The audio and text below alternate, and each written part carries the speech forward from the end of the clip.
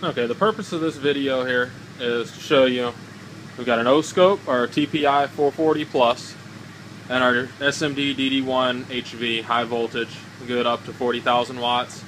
We got two DC Audio 7.5Ks here that I just got finished installing, and we're going to see what the actual difference is here. I mean, where does the DD1 show distortion at versus where does our O-scope show? What O-scopes would show is clipping. Here show where the sine wave starts to square off. Alright, what we're going to do is we're going to reach down here and we're going to start to turn our gain up. And the screwdriver. Let's see if we can get where you can see the distortion light. And we're going to look for this distortion light to turn on and turn red. And there it is, on, back down, on, just barely back down till it shuts off. I get the screwdriver out. I'm getting right there at 213 volts AC. Alright, let's see if we can slow the wave down a little bit. Get the light off of it so everybody can see.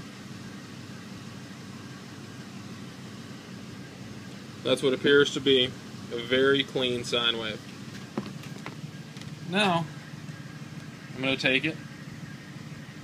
Looks like our track is repeating itself. Okay, I think my track started itself over. Oh yeah, we're on 1,000 hertz here. Let's back down to 40 hertz and repeat. We're on a -5 dB tone here. Everything is all the way up. You can see full volume here, full subwoofer on the 360.3. Alright. Let's step back. You can see 213.5 volts. Now I'm going to turn the gain up just to the point where I can visibly see clipping. I'm barely bumping it here. I can see, and I can visibly see the sine wave start to flatten out a little over 220 volts, 227. Visibly, I am clean right there, back right where the DD1 said. I mean, I can visibly see a clean sine wave at 214.8 volts.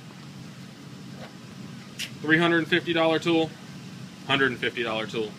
You do the math. Now I know I've got a clean signal going to my subs from my amps. As long as you are not, ridiculously overpowering your subwoofers, you really know that you have nothing to worry about. You're sending a clean signal, and you should have no issues with your subs.